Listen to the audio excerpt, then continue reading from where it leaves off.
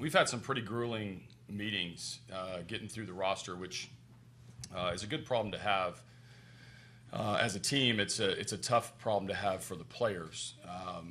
And we've set our roster. I've had the conversations that we need to have, and I think that the biggest surprise or the biggest dilemma or the curiosity around our bullpen is what is front and center for us. So our bullpen will consist of Osuna, McCullers, Presley, Tony Sipp, Colin McHugh, Will Harris, and Josh James. So that leaves off some very notable relievers for us. Some that have World Series saves, some that have, Hector Rondon has saves for us this season. So as you can see, it was a tough bullpen to crack. So on the pitching side, that's the way we went. On the position player side, we opted to keep Miles Straw active and not Max Stassi or J.D. Davis. And so the balance of the position players are as expected. Tweet it out. Jake, up here. AJ, in what role do you plan to use Charlie Morton in this series? We'd like him to start Game 4, unless we win the first 3 games, which would be ideal. Not use him. I guess that would be the best scenario for us from a winning perspective. But unlike last year, we put a couple of our starters into the bullpen, and there was an uncertainty surrounding Game 3 and Game 4. This year, we know going in we're going to have Verlander in Game 1, Cole in Game 2, Keuchel in Game 3, and Charlie in Game 4. And given the bullpen depth that we have, some of the length that Josh James brings and Colin McHugh brings, there's less of an appetite to push Charlie into the pen. Also, given he's thrown only a few innings in the recent weeks, he's not somebody that I would feel comfortable using in the first couple games and then bringing back for Game 4. So I'd expect to see him in Game 4. Chandler. AJ, what went into the decision-making to leave Hector Rondon out of the bullpen? By far one of the most difficult decisions, and really I say them as a group because there's some really, really good relievers that pitch well for us that carried the bullpen at certain times. With Hector, he had a tough month in September, really his only bad month. He wasn't great in the second half as a whole, but most of that is weighted into September. And honestly, this is a very difficult offense to match up with. And some of the things that he does and some of his execution that he does didn't match up very well with very many areas of the lineup with the Indians. Will Harris coming through with a scoreless September. His cut fastball, curveball combo is really good. Josh James, we saw him emerge and can also protect some of the guys that have been injured in recent weeks. Lance McCullers, Charlie Morton. That length was very important for us, along with his stuff and strikeout rate. So as we pieced together the bullpen, it looked less and less likely that I was going to find a perfect spot to use Hector. He very likely, along with Joe Smith and Peacock and Davinsky, guys that have pitched notable innings for us, could find their way onto a future roster if we're able to beat the Indians. But we had to pick 11 pitchers and 14 position players in a 5-game series, and that's a tough exercise when you have a deep roster. Allison and then Kevin. AJ, with all the series going on right now, and there's a lot of talk about bullpenning and openers, and this series will be more traditional. There's so many strong starters. Is that nice? Is that significant? How does that? I think if they pitch well, it's significant because you'll see the most starter innings. If things play out as people expect, and now that it's laid out that way, it probably won't, and there'll be some starters that leave games early. But I think it's just different. I think. I've said this all year about the opener versus our rotation, and we faced all kinds of guys in September, created a whole new, love affair with the opener idea, and the short, it expanded rosters. Now you have short series. I think you just have to focus on getting the 27 outs. How you get there, what's comfortable for people is when you have Justin Verlander and Corey Klubers and Carrasco's and Coles and Keuchels, these guys that mostly get into the middle to latter parts of the game. But I think you have to play the game the way that you have to play it, and whether your personnel fits that, you can't really have an overriding philosophy. I love starters. Why? Because I got good ones, and I think that's the easiest way to to fall in love with a rotation and have that mindset of I want my starters to go deep in the game, yeah, they're good. But if not, then I got to have a contingency plan, and it becomes a bullpen day very quickly if you fall behind or if the starter's not at his best. Kevin. Speaking of good starters, what makes Verlander so special? We saw it last year every time he went out. He's always evolving. You know, as much as everyone expects greatness out of JV and he largely delivers, he's always evolving. You know, he's had this start circled for a while now. We felt like, I mean, I'm sure he knew he was going to pitch game one, and as people were starting to predict that it was going to be the Indians, he's got a long history with the Indians. He's going to come up with ways to combat the successes or failures that he's had, and he does that on an every start-by-start basis. And that, having that mindset and having that ability to evolve, as the game around him gets younger, he gets older. When people think his stuff's going to decline, he throws harder. When guys start to hit his breaking ball, he comes up with a cutter. I mean, he's always doing something to evolve, and that's what this particular great one does. I don't know if they all do it, but I know he does it. Here in the second row in the middle. AJ, we've seen guys come up from AAA this season and not be able to stick. What made Tony Kemp and Tyler White the guys that could come up here and stick, and what boost have they given you offensively as you've dealt with injuries all year? Yeah, no, we've had injuries all year, and we've had our roster depth's been tested, and for those two guys in particular, you know, their at-bat quality is really good. When I put those guys in up to bat, there's a great expectation that they're going to have a good at-bat. Successful, we don't know. It's a tough league, but a good at-bat. And part of it is zone control, knowing the strike zone. Part of it is knowing their strengths. I think both of them have come up and gone back down. I think that creates a whole new opportunity for growth. And they've both taken it well. And you know, we promised them opportunity if they earned it. We gave him the opportunity. For Tony Kemp, it was his real first opportunity to contribute pretty regularly. Tyler White kind of rode a different road, but when the opportunity opened up, they seized it, and it starts and stops with good plate appearances and good at bats, because that reliability is why they got so many. Last year at this time, you'd only had Verlander on your team for about a month. Since from then to now, is there anything about him that surprised you, or maybe you didn't know about him that has really been helpful to your team?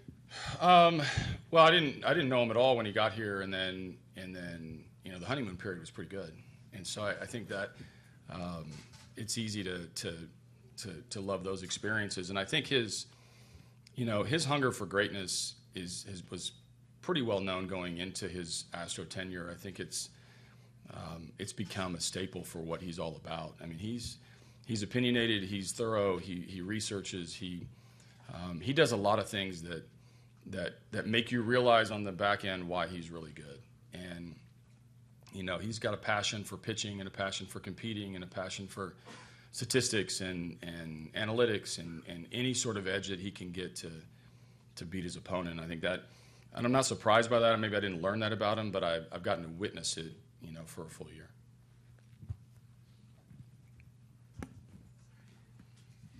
Martin Maldonado has been a significant addition to the team. How important is it for you to have a catcher like him now in October?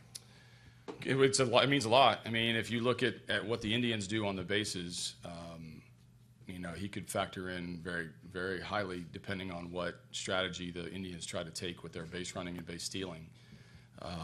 He's a very, very, very good catcher, and working with pitchers, caring about catching more than he cares about his hitting, the feedback, the effort level, the balls in the dirt, the pitch framing, the throwing. There's not a part of the defensive side of the game that he's not extremely passionate about and extremely impactful.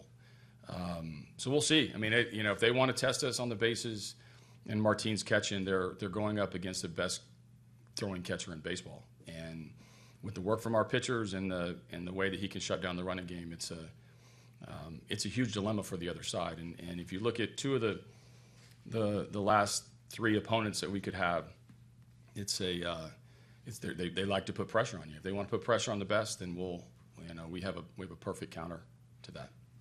Jake.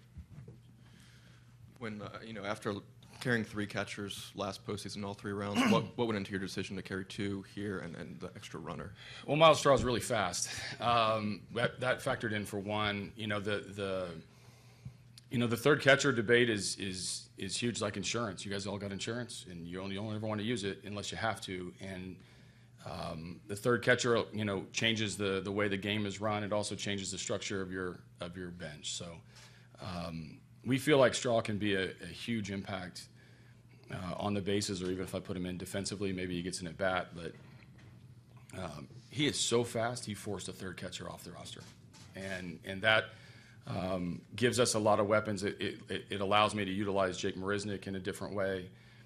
It allows me to save Tony Kemp's at bat. I don't have to spend that as a base runner, and he's a virtual upgrade on every single player on our offense. I won't run for Altuve. I likely won't run for Bregman or Springer, but he's probably faster.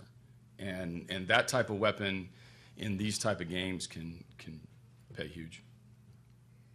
AJ, you touched on this a second ago, but the starting pitching in this series may be the best we see out of any postseason series moving forward. What's the challenge for the lineups in both teams to kind of match up with the starting pitching? Well, if you look at the numbers, making contact's a problem. I mean, they've got 4 guys with 200-plus strikeouts. We have 3. The bullpen matchups, I know Tito well. He's gonna try to find the perfect matchups, which matchups are tough to deal with when you have such a balance. They have 3 left-handed relievers. They're right-handed relievers, good on righties. And contact's a premium. We're a good contact team, and so are they. So you have 2 good contact teams against 2 pitching staffs that are the best at getting swings and misses, and someone's going to continue that trend and someone's not. So I think getting a good pitch to hit is a premium. Not missing it's huge. Taking advantage of any mistake that might happen, where you have a little bit of a window against Kluber or Carrasco or Bauer or any of their Clevenger. These guys are elite at getting outs and getting swings and misses. Contact's going to be huge in this series. Take 2 more, Mark, and then Steven in the back. AJ, does your experience at all different levels, played everywhere you've been, help you in telling players who've played for you and done well at times that they're not on the playoff roster? Is that helping you do all that? No. I mean, I think I've ended careers before as a farm director or assistant GM, or we've released players. I released somebody 10 years older than me when I was, or almost 10 years older than me when I was a manager in Arizona. Like it never gets easy, and I'll never get used to it. And every single guy in the clubhouse has a way to help us win, and they have helped us win. So those are never easy conversations. You can experience it all you want, but anybody that's delivered bad news, knows it doesn't get easier the second time. It just you want to be more thorough. You want to give your example. You want to wear it as a manager. It's on me. It's on the organization. We choose. We're choosing who we move forward with. And that's tough to give some reality to some really, really good players and some really impactful guys that, going into a series, I don't know who's going to be the key guy. I don't know if who's going to be on the mound when the most important at bat happens. We feel good about the guys we're matching up with them, but there's a lot of managers around the league that would take the guys we left off and go take them as a championship caliber bullpen. AJ, what are the most important takeaways from last season's success that you can lean on during this postseason run? I mean, we've been there, so I think that helps, and it's easy to say that because everything went in our favor. But that team across the way has been there too. So they didn't get to experience a parade like we did, but they got to experience the 7th game of the World Series. And so I think our guys understand the urgency.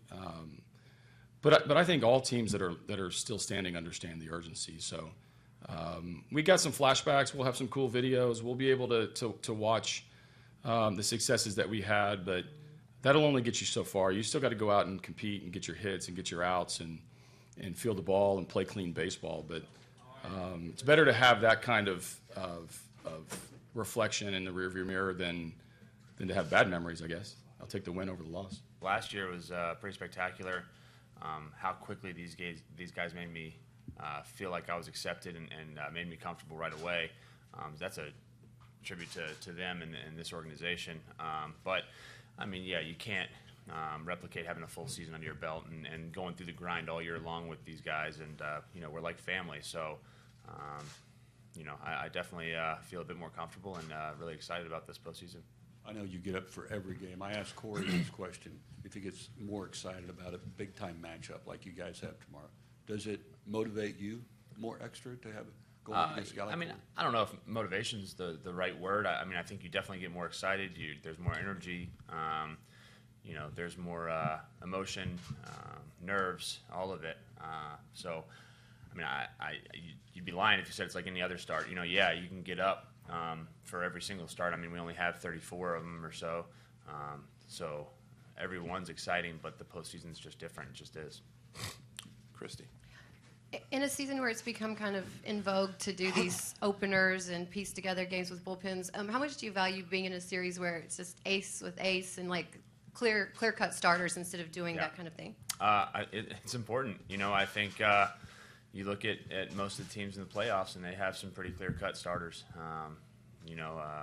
Us and the Indians probably being 1 and 2, however you like to slice it, us and them and us, pick your poison. But we both have very defined starters that have a great track record and have good stuff. So this should be a really fun series. Hunter. Justin, what are some of the challenges of facing Jose Ramirez specifically? A lot. He makes contact. He puts the ball out of the yard. He does all the things that you don't want to happen as a pitcher. I haven't faced him in over a year, so I'm interested to see the matchup now versus then. I'm sure he's adapted and changed some. So, I think a lot of these guys in this lineup create problems in many different ways. He's one of the guys in the heart of that lineup that if you can keep him subdued, you have a good chance to have success. Brian. The numbers say that you face Cleveland a lot, haven't had as much success against them as some other teams. Is there anything particular about that lineup that has sort of led to you having some numbers that aren't that great? Nothing that I can point to particularly. No. The only thing is, it's been over a year. I've changed a lot. Their lineup's changed. It's it'll be interesting to see what happens. I just am taking this, preparing for it as much as I can. And know what to expect in a playoff atmosphere, know what to expect out of myself, and when it comes down to it, I just need to go out there and execute pitches. On the aisle in the middle. Actually, I have two now. Since you just brought that up, you said you've changed a lot over the year. What's changed with you? Not just this year, but last year when I got here. Pitching a little more to my strengths. I think. Throwing a lot more four-seamers. I still throw some two-seamers in there, but, I think just kind of overall the adaptation of myself and how I use my stuff has changed. And some of that's analytics and some of that's just personal feel and knowing what works and kind of sticking to my guns a little bit. You mentioned the nerves and the energy is different for the playoffs versus a regular season start. What do you do specifically to handle that? Because you seem to handle it quite well. I don't think there's anything you can do to prepare to handle it. I think knowing what it's going to be like is a big advantage. I think having experienced it multiple times, helps you prepare for what's going to happen with your body and your nerves. But there's nothing that you can do to say, all right, I'm going to calm my nerves. I'm going to not be too excited out there. You can't do that. It's going to happen. It's a playoff game. You just got to know how to deal with it and know how to use it for you and not against you. Or be up here in the front. Just give us a second on the mic. Justin, outside of his production and his performance, what's the biggest impact that Gerrit Cole has had, especially on the group of starters? It's been. It's been great. I think he's been great in the clubhouse. We've had a lot of really good conversations about pitching in depth. It's kind of normal that starters do that, but I think somebody like Gerrit, who Gerrit really knows his body really well, thinks about things a lot differently than I do. So him and I particularly have had some good back and forth, just kind of spitballing ideas just about pitching, just about the body mechanics, executing pitches, where you want to execute pitches against certain guys, and for what reason. To be a fly on the wall in some of those conversations, it's gotten pretty in depth at points. A couple more for Justin. all the way on the left side.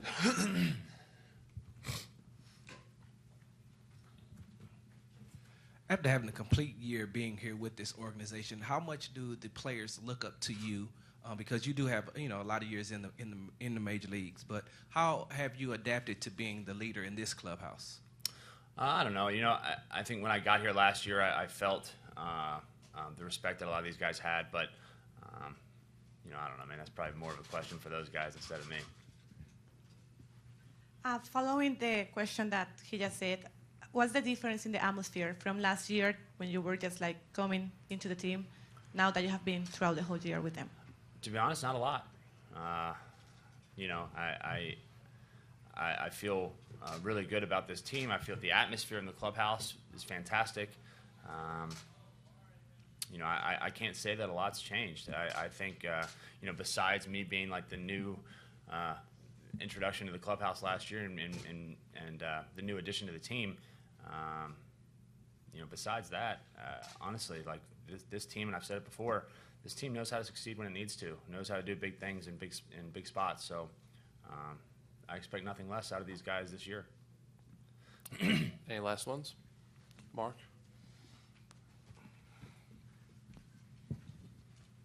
Justin, Francona said it'll be fun playing against you and the Astros. What do you think about that? What would be your word? You did touch it a little earlier about playing against those guys. Yeah, I think it's going to be a hard-fought series. I think we match up against each other very well. I think I think fun's a good way to put it, man. This is baseball. This is playoff baseball. Two great teams going at it head-to-head. I mean, if you can't have fun doing this, you probably shouldn't be playing. All right, and we'll start right away here with Alex Bregman. And we'll start with Mark up in the front. So, Alex, Francona says that you have turned yourself into one of the elite players in the game. What does that mean to you coming from him? It means a lot. He's been one of the best managers in the game for a long time, and to hear him say that is definitely an honor. It's special, and hopefully continue to get better and improve and continue to play at a high level. Brian. One sec. I'm getting hot.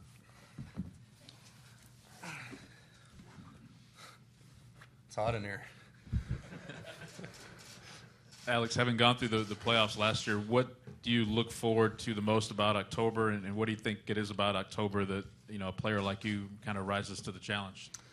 This is winning baseball. This is all hands on deck. Let's go to win the game. Let's figure out any way possible to win. And I think this team thrives in those types of situations. When it's a brotherhood, it's a family, and we're all pulling on the same end of the rope and hanging on every pitch. When it's a 2-1 count to Correa in the ALDS in the fourth inning with 2 outs, and it's a ball, the whole dugout's going, "Let's go!" Or if it's a strike, we're like, "No, that ball was outside." So it's a lot of fun, and we hang on every pitch. Alex, you can make the argument that their pitching staff is the second best in baseball. What's going to be the challenge for this offense to generate runs against their pitchers? No, they're definitely tough. Who's the first best? No. I didn't know. I was just it's going to be – no, they're good. They're tough. Kluber's tough, man. He's really tough. They got a ton of good pitchers on that staff. They got Cody Allen. They got Andrew Miller. They got Carrasco. They got Clevenger. Yeah, it's going to be tough. A few more for Alex, all the way on the left side against the wall.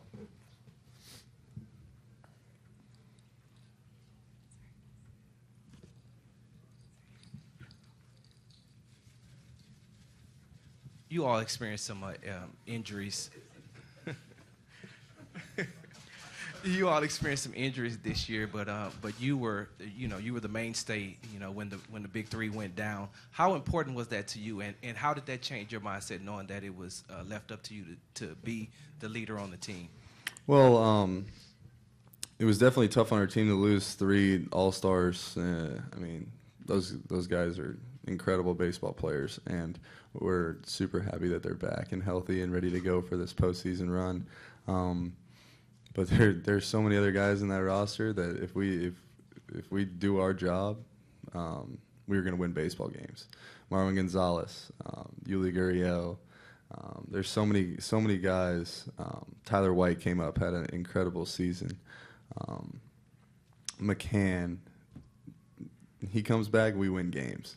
There's so many guys that if they do their job, and if we focus on doing our part, we're a very successful baseball team. So in no way, shape, or form when those guys went down was that me. It was a full team, and it was fun to watch, fun to be a part of, and I'm just happy to be on that team with those guys.